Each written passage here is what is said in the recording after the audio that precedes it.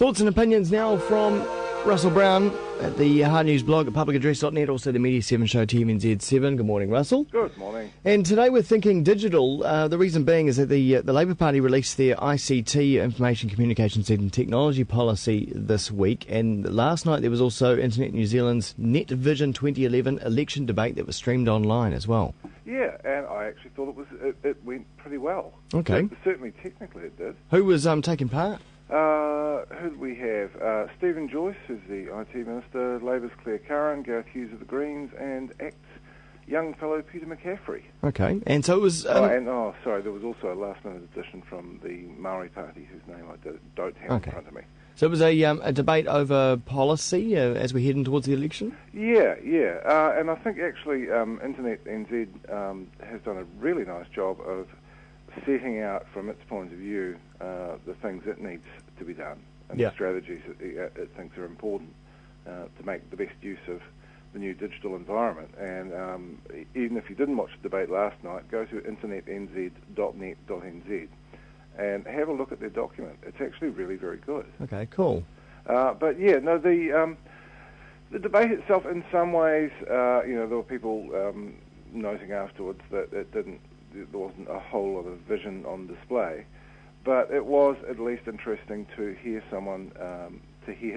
a group of politicians discuss policy. Yeah.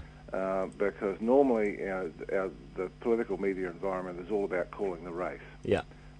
Far too much, I think. So it was actually very nice to have policy discussed. And as you said, Labour got its digital policy out the door just in time for it, which is a mixed bag. I think, funnily enough, it was leaked early, wasn't it? Yeah, it was. They showed it to someone who leaked it to Whale Oil, right. Which is hardly the person you want it to be leaked to. It's a mixed bag. There's some really interesting ideas in it, including encouraging encouraging government agencies to use open source software. And I think you've got to be careful about how far you compel them to do that. But that's an interesting vision, and it should save us money as well. Also in Labour's document, absolute commitment to remove the potential penalty of internet disconnection from the Copyright Act within 90 days of becoming government. Right. It was nice to see stuff like that. On the other hand, there were things that I thought, I don't know what they mean here. Including this, Labour will investigate the viability of a small copyright levy on internet access, which would develop the digital platform for accessing Kiwi content mentioned above, which is some sort of extension of NZ On Screen that they didn't bother talking to NZ On Screen about. So some kind of super hub online. Yeah, but then they say in the next sentence, funds raised could go to content creators through an arm's length collecting and distribution arrangement. Right. Two entirely different things. One is actually, it's basically a tax because you're raising a levy in order to carry out your own policy. The second one is something more like APRA and performance fees, which I think is a much more acceptable idea. In fact, I think it's not a bad idea at all. And I think in future models, just looking for ways to make sure that people who create content earn a living without disrupting the hugely beneficial effects of the network. And something is already in place somewhere else in the world, isn't there? Where you've got a set fee that you pay to your ISP that goes to content creators. Yeah, no one's quite done it in the public sense. A lot of people have talked about it, but there are ISPs in Europe who are offering, for example, access to unlimited music downloads as a premium on their service. So you pay a little extra. And they have made a blanket deal with music rights owners for their customers to be able to get as much music as they like. And you can see that becoming quite an important way of content creators getting paid. So the idea is interesting. They just needed to think about it a bit more. Okay. They did all... It is worth noting that the Greens remain the only ones thinking about e-waste. Yeah, that's a big problem. Which is part of this future digital document that Internet NZ's put out as well as a discussion starter. So I think everyone's got something to bring to it. The debate last night was kind of to form. Stephen Joyce, I don't think he's actually capable of speaking in public without appearing arrogant. And he certainly appeared arrogant last night. But one of the funniest things was that he was buttonholed by all the other panellists for not being on Twitter. Turns out he is on Twitter, as he admitted. Oh, yeah. But he doesn't post. He's a lurker. And so in the context of the rather lively Twitter discussion that was going on at the same time as the 2-hour debate, a friend of mine actually found Stephen Joyce on Twitter, which was quite fun. What's his Twitter handle? What's his Twitter name? He is Stephen L. Joyce. Right. All lowercase, yeah, all run together. Stephen L. Joyce. I'm devastated to discover that he doesn't follow me. Yeah. But he is on there looking at what's being said. He's on there looking at your tweets. Huh. But he follows some interesting. He follows Scott York, who writes a very good blog called Imperator Fish, who's a Labour Party member. Follows Marcus Lush, Petra Baggist. Right, yeah. Follows Petra Baggist. Garth Bray, Maggie Barry. Well, I suppose you would follow Maggie Barry. She's The Economist. That's right. Yeah. Nikki Kay, Cactus Kate, and Josh Arbery, who's the public transport nerd, who often has critical words for Stephen Joyce. Yeah. Will, I suspect, be quite pleased to find that Joyce is following him. No, and he hasn't put up a profile pic of himself either. No. No, well, that's. I mean, he may say that he's went and followed these people. He may say he's dipping in, but who knows? No, we can't really prove it, can we? No. But I'll follow him. I'm following him now. Here we go. Yeah. Oh no, he doesn't post, so there's no point. That's right. But may encourage him, perhaps. Oh, there you go. Look, Ready Whammo's following me. I should post now. Yeah.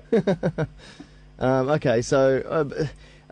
So he appears arrogant. I mean, was it the same continuation? Because I thought he gave an arrogant speech at NetHui as well. Oh, yeah, he wasn't as bad as he was at NetHui. Okay. I think he was trying to be a little more humble. That was actually... Does he even know what he's talking about? To some extent, yes.